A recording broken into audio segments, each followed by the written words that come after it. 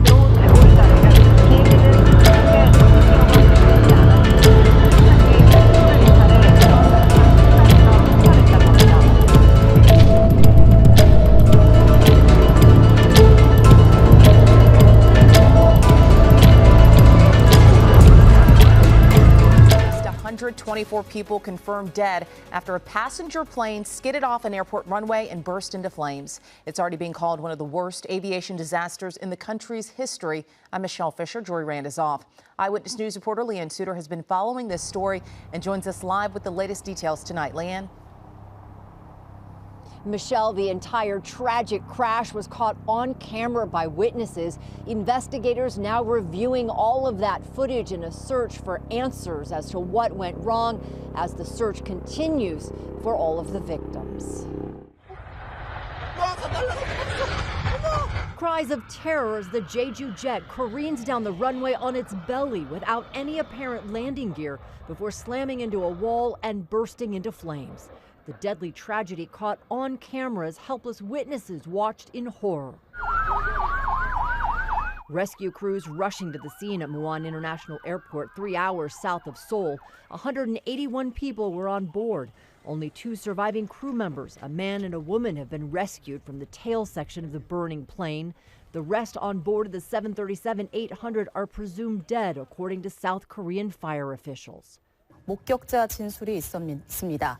175 passengers and 6 crew were on board the Jeju Air flight from Bangkok, Thailand, when something went terribly wrong as it was landing in Muan. According to South Korea's transportation ministry, the passengers included 2 Thai nationals, the rest believed to be South Koreans. Investigators say in addition to an apparent landing gear malfunction, they are also looking into if a bird strike may have contributed to the crash. Jeju Air is the largest low-cost carrier in South Korea. The deadly accident coming in the midst of the busy holiday season. It's the worst South Korean airline crash since a 1997 Korean Airjet crash in Guam that killed more than 200 people. Crews in Muan now switching from a rescue effort to recovery as they work to find all of those on board. Jeju Air released a statement apologizing for the crash. Again, investigators now reviewing all of the video of that plane crash, as well as working on retrieving the plane's black box in hope of figuring out exactly what went wrong. Reporting live, Leanne Suter, ABC 7 Eyewitness News. Leanne, thank you for that report. And here's a live look as the investigation continues in Muan right now. It's 4 p.m. Sunday there. Crews continuing to comb through the wreckage of this tragic incident. And we will, of course, bring you continued coverage on this deadly plane crash in South Korea with new developments on air and online. As always, we'll push out any breaking alerts on our ABC 7 Los Angeles tornado app. Watch is in effect across parts of the South from eastern Texas to Alabama. That's bananas, man. This is literally right outside the house. This afternoon, the tornado watch was upgraded to a particularly dangerous situation. It's a designation that only occurs about 7% of the time. This tornado was spotted tossing around debris as it passed over farmland in Katy, Texas. It's one of several that formed today. At least 2 people have been killed. Meanwhile, we have a look at a heavily damaged elementary school in the town of Alvin. The mayor of neighboring Manville has been out surveying the destruction in his town. Their homes have been completely destroyed. Many people are without power, which means that they are without running water. What makes Brazoria County so special is that each of us are stepping up to the occasion, doing what we can to take care of our neighbors in need. The storms are expected to continue overnight and through tomorrow morning. They're also complicating holiday travel plans. Today, more than 200 flights were canceled. Many more were also delayed.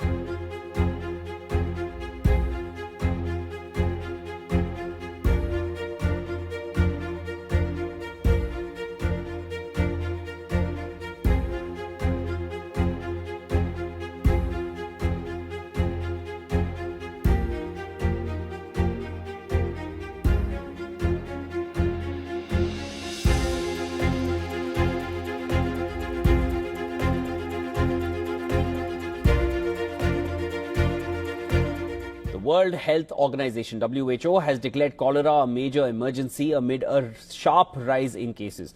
After years of progress in controlling the disease, reports indicate a troubling rise in the infection, even in nations that have been free from cholera for years. In 2022, 44 countries reported cholera cases, a 25% increase compared to 35 countries in 2021. The troubling trend continued into 2023 and the situation worsened with recent outbreaks proving far more deadly. In fact, it's a major emergency globally. We classify the global resurgence of cholera that we have been seeing since 2021 as a grade 3 emergency in January 2023, which is our highest internal level for emergencies. And this is due to widespread outbreaks, but also, and this is a real problem, this is why it's come back, resource limitations. Countries are dealing with conflict, but they've got poor water and sanitation systems. They've got many people who are displaced, but they simply lack the means to prevent it and also to treat it. Cholera is an acute form of diarrhea that is treatable with antibiotics and hydration, but can kill within hours if left untreated. It is caused by a germ that is typically transmitted through a lack of access to sanitation. People become infected when they swallow food or water carrying this bug. Among the countries most affected by the cholera resurgence is South Sudan, where the influx of displaced people has heightened the risk of cholera transmission. The latest outbreak was reported at the Renk Transit Center, where refugees fleeing the ongoing conflict in neighboring Sudan have gathered. This center has become a critical point for those escaping violence, with many individuals living in crowded conditions that lack proper sanitation. While cholera is preventable with safe water practices and proper sanitation, the lack of these basic services in many parts of the world has allowed the disease to make a dangerous comeback.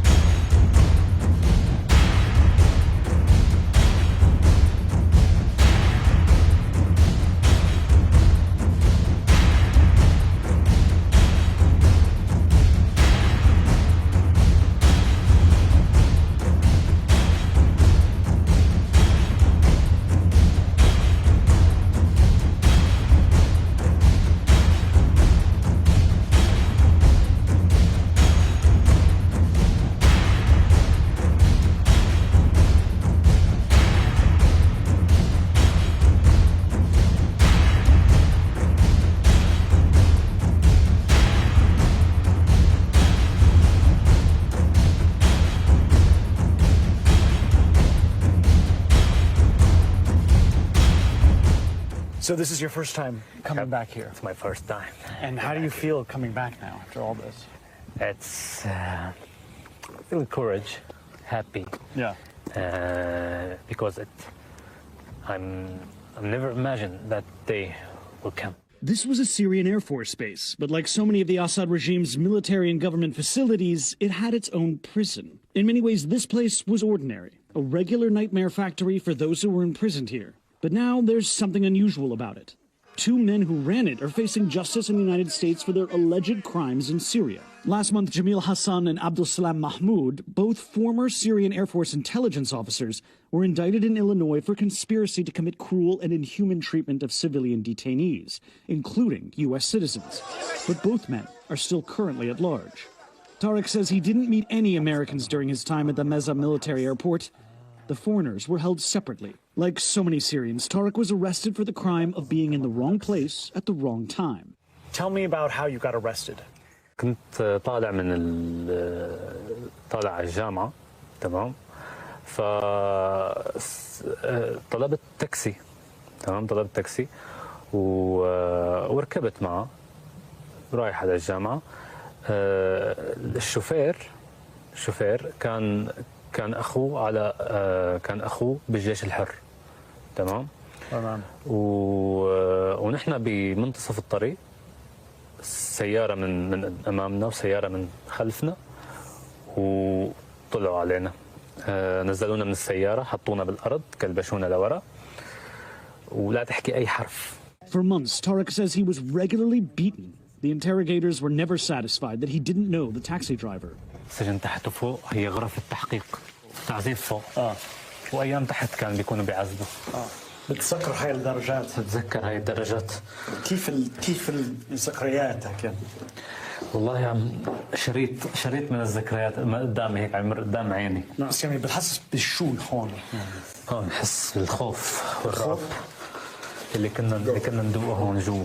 بتتذكر يعني كل الأحساس من سجنك يعني كل الذكريات اللي كانت عم تصير معي عم اتذكر هلا. نعم. Tariq lived in this room packed with 83 men for months. كنا هيك. You could sort of sit while you were here.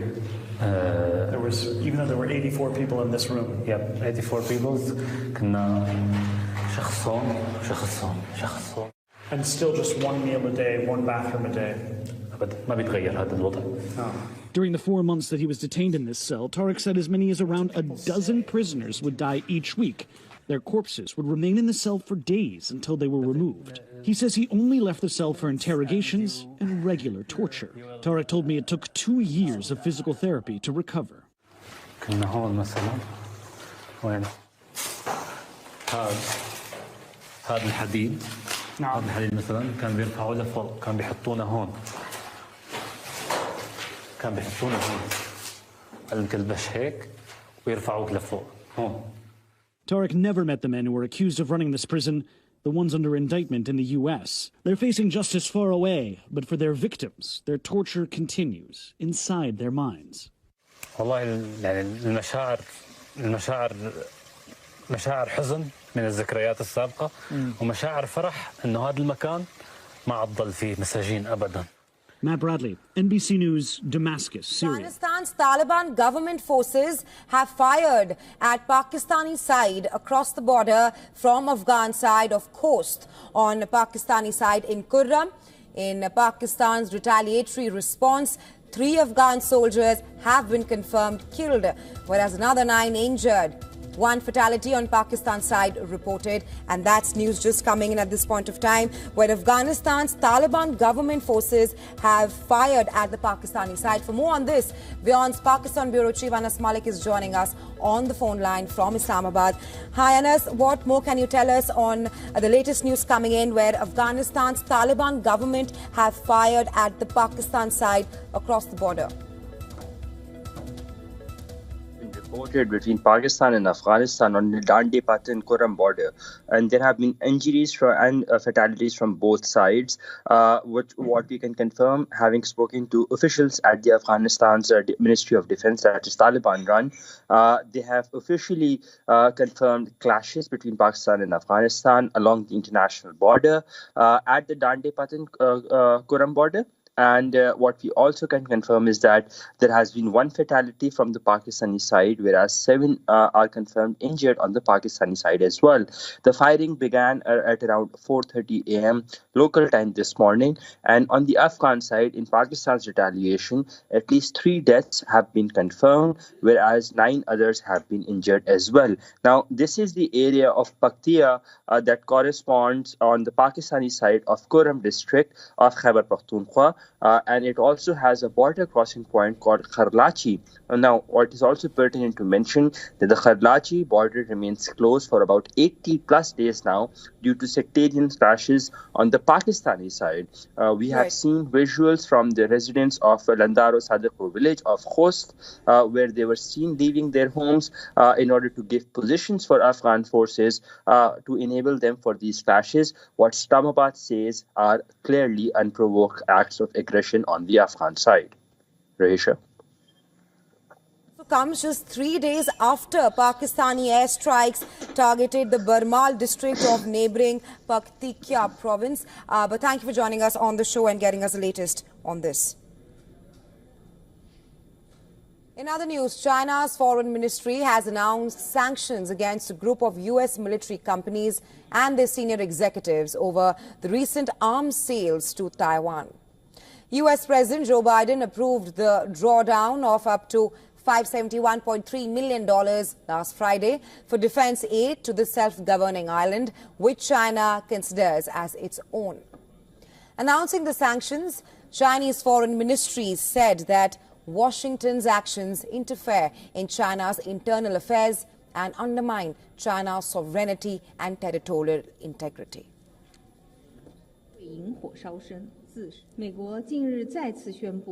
Recently, the U.S. announced another line of substantial military assistance and arms sales to China's Taiwan region. Its National Defense Authorization Act for fiscal year 2025 includes multiple negative sections on China. These seriously violate the One China principle and the 3 China-U.S. joint communiques, interfere in China's internal affairs and undermine China's sovereignty and territorial integrity. Pursuant to articles, the law of the People's Republic of China on countering foreign sanctions, China hereby decides to take countermeasures against 7 U.S. military industry companies and their relevant senior executives.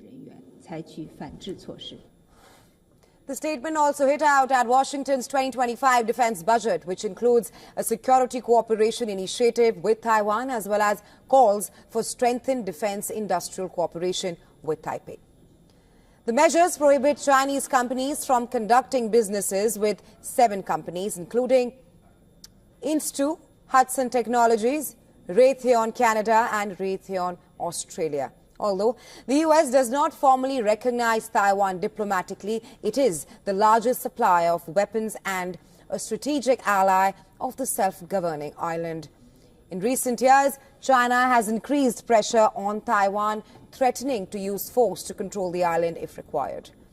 Now, since Taiwanese President Lai Ching-te took office in May, China has conducted 3 rounds of military exercises.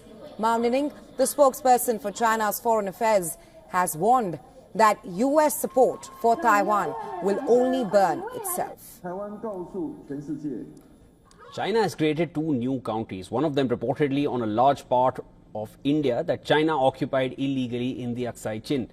Chinese local media has reported that the government of northwest China's Xinjiang Uyghur Autonomous Region has announced the establishment of the counties Heian County and Hekang, which has been approved by the Central Committee of the Communist Party and the State Council. Now, Heian County is created on 38,000 square kilometers of area that China has illegally occupied in Aksai Chin.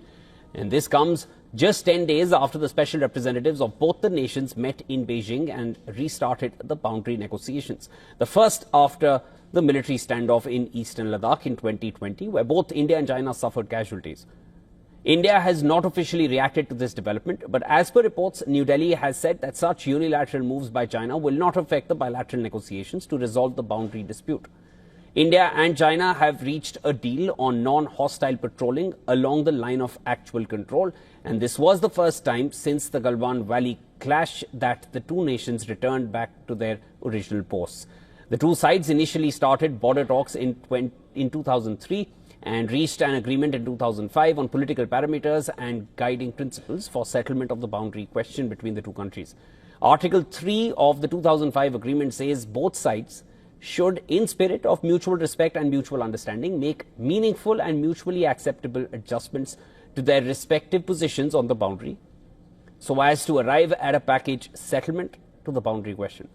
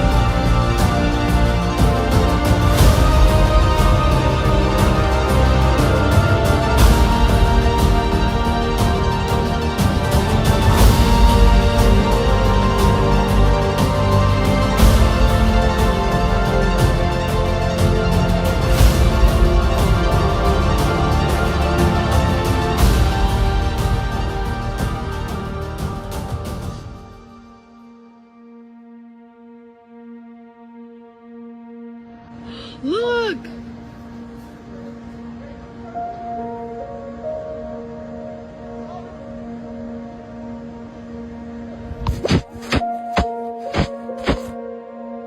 You need to get the boy!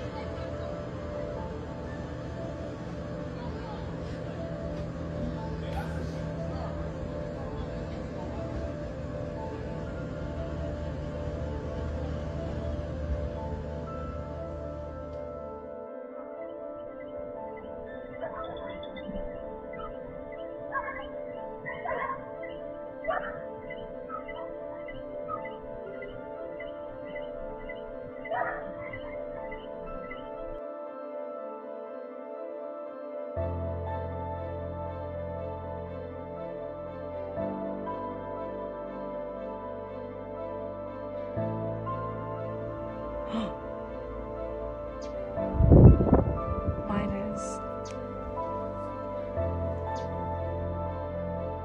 That is so weird. That's not a plane.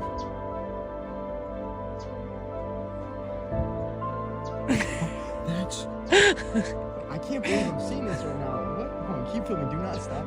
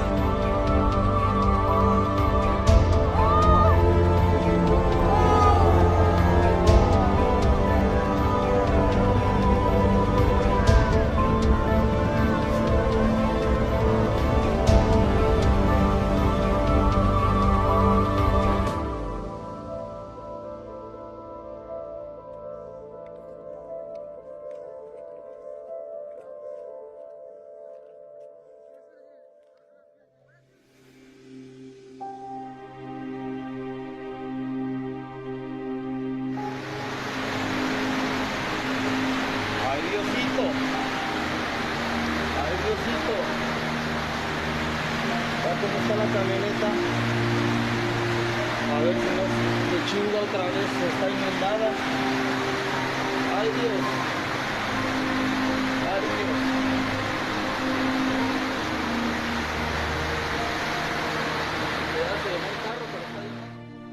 We begin this evening with a dangerous situation unfolding on the ground in Texas tonight. At least 3 tornadoes have been reported in the Houston area, which is under a tornado watch right now. This comes as potentially severe thunderstorms move across Texas, Arkansas, and Louisiana, conditions that could snarl post-Christmas travel.